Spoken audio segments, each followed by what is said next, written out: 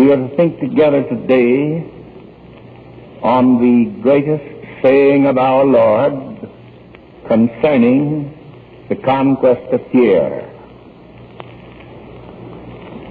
One of the most arresting disclosures of our nervous, strenuous, modern civilization is the fact in evidence on every side that many people are in the thraldom of fear.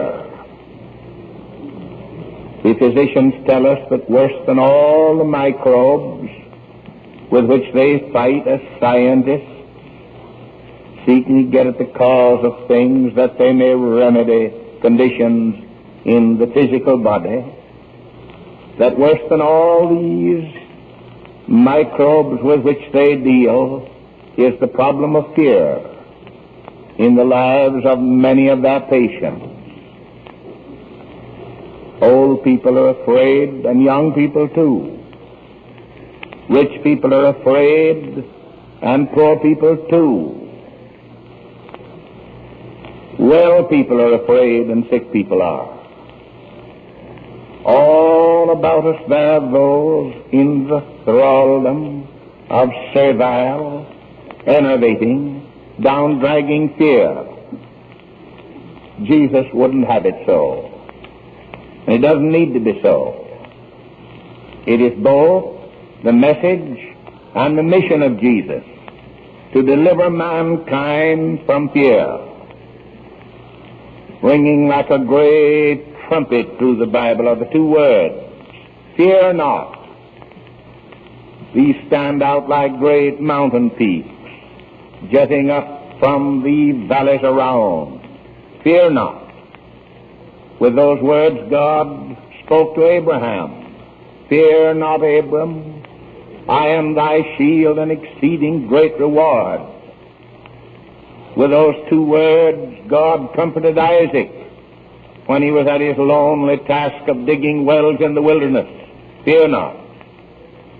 With those same two words, fear not, God comforted Jacob when his little Joseph was lost somewhere down in Egypt. Those were the two words with which God would comfort Israel of old when they came to the Red Sea and were hemmed in by the waters on one side and by the oncoming enemy on the other. Fear not. Stand still and see the salvation of the Lord. The three supreme matters that concern all mankind are these: life, death, eternity. Now Jesus has the supreme word, the all-comprehensive word for these three supreme matters. In the very last book of the New Testament and first chapter, his word rings out to us, fear not. I am he that liveth. I was dead, and behold, I am alive forevermore. And I have the keys of Hades and of death. That is the most marvelous saying this world has ever heard, or will ever hear, concerning the conquest of fear. What does Jesus say here? Three things. Do not be afraid of life. Do not be afraid of death. Do not be afraid of eternity. Why, he's speaking on the three supreme matters that concern all mankind. Surely, we want to pause to listen to his matchless word. And first, do not be afraid of life, says Jesus. I am he that liveth. I am the living one. Do not be afraid of life. And is the fear of life real, or me poignantly so, with many people? Our poor human resources are so weak without God that we often feel ourselves to be brittle, broken reeds.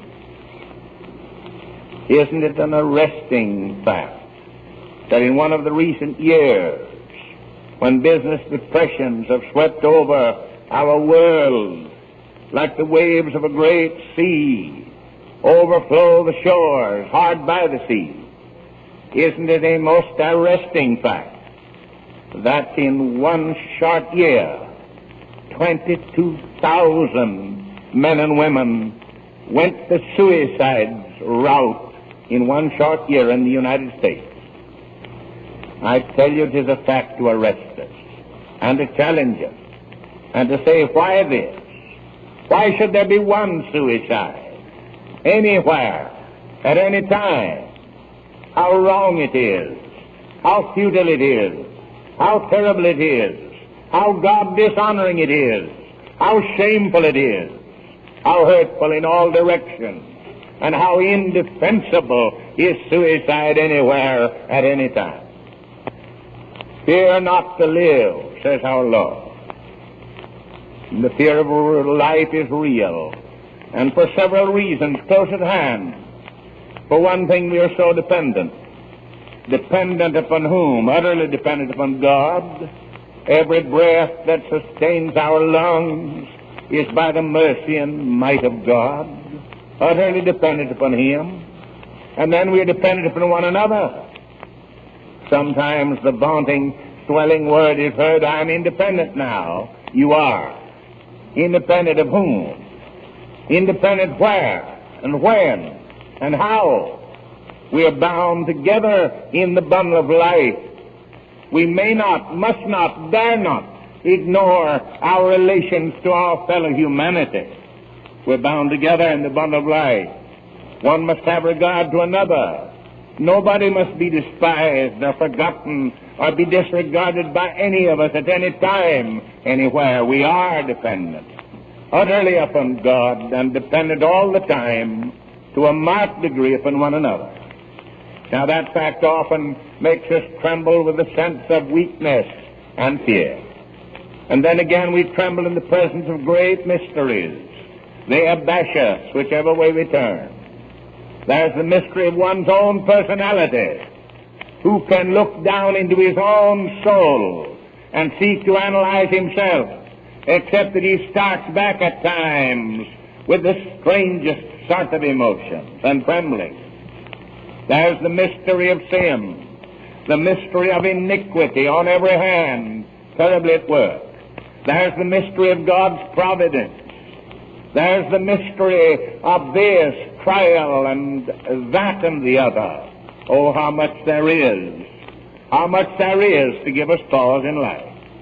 And then there are duties that confront us. Who can face them at times except with deep tremor of heart? Why, even Moses, chosen of God for a great task, held back and said, I'm not eloquent. I'm slow of speech. Mine is a stammering tongue. And even Solomon, called the wisest man, called of God to a great task, said, I'm but a little child. I do not know how to go out or to come in before this great people. And even Paul, greatest preacher of all the long generations, Paul stood abashed before his great work as a preacher and said, who is sufficient for these things? Now, when life's big questions must be faced, when life's crisis hours must be confronted, when life's emergent tests coming all along to us all must be squarely met, often our cry is the same cry that escaped the lips of Paul, who is sufficient for these things? In the decisions that we have to make, in the issues we have to face, in the answers we have to give to the inevitable and inescapable and weighty questions of life, how often is our cry, God help me, who is sufficient for this? And then, in addition to these duties and responsibilities that come along in the journey of life, the problems of pain and trial and fear.